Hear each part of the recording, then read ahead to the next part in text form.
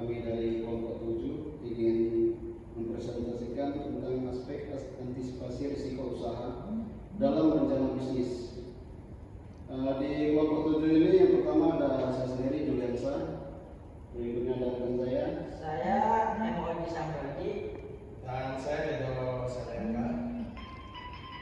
Baiklah, bisa kita mulai presentasi. Yang pertama ada pengertian risiko.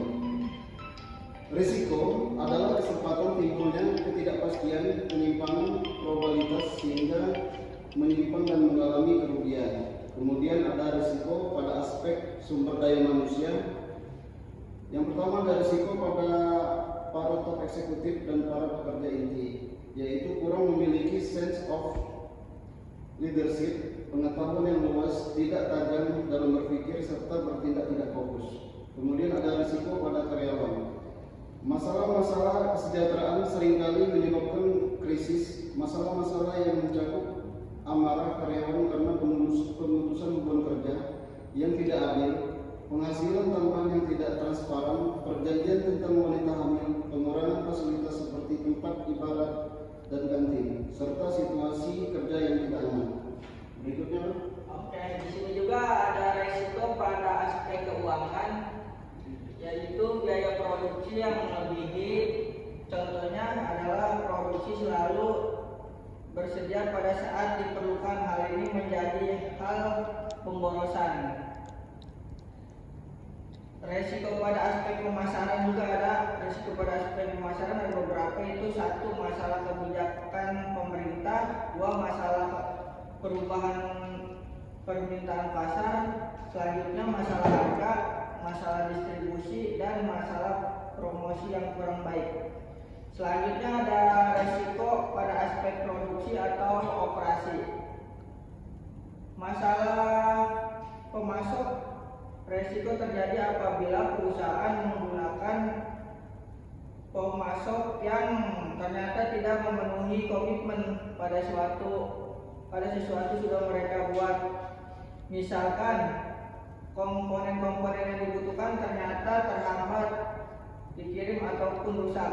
Terus yang kedua, kerusakan kualitas. Kerusakan kualitas juga karena kualitas barang yang tidak sesuai. Misalkan ada barang yang hilang ataupun mutu produknya itu rendah. Terus yang ketiga, berkurangnya daya saing. Resiko karena berkurangnya daya saing produk dengan produk sejenis di pasar, misalkan karena di desain yang dibuat dengan teknologi yang sudah tertinggal. Seperti itu. Selanjutnya Mas Redo.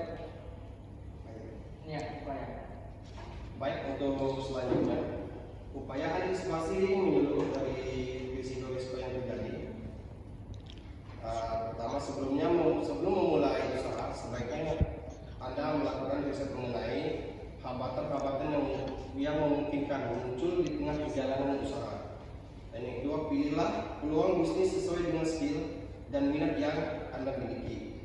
Jangan sampai Anda memulai usaha hanya dengan ikut-ikutan tren yang ada. Yang ketiga, carilah informasi mengenai kunci kesuksesan bisnis Anda. Sesuaikan besar modal usaha yang Anda miliki dengan risiko usaha yang Anda ambil.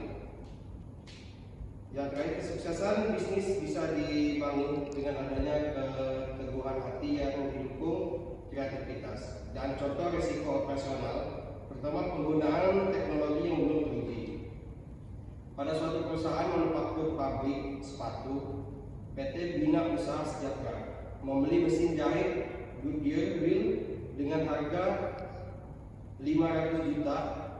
Namun setelah dibeli ternyata tidak ada yang bisa mengoperasikan mesin tersebut, sehingga mesin tidak bisa dipakai. Assalamualaikum warahmatullahi wabarakatuh. Perkenalkan, nama saya Rosikin. Di sini saya akan memberikan kesimpulan atas presentasi teman-teman tadi. Kesimpulannya yaitu, risiko perusahaan dapat dibagi menjadi dua tipe.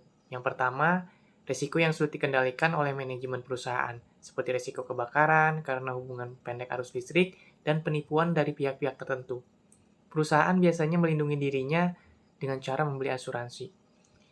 Tipe yang kedua yaitu risiko yang dapat dikendalikan oleh pihak manajemen perusahaan. Risiko ini dapat terjadi misalnya pada saat perusahaan membangun pabrik baru meluncurkan produk baru, atau membeli perusahaan lain. Demikian presentasi yang dapat kami sampaikan, kurang lebihnya mohon dimaafkan. Wassalamualaikum warahmatullahi wabarakatuh.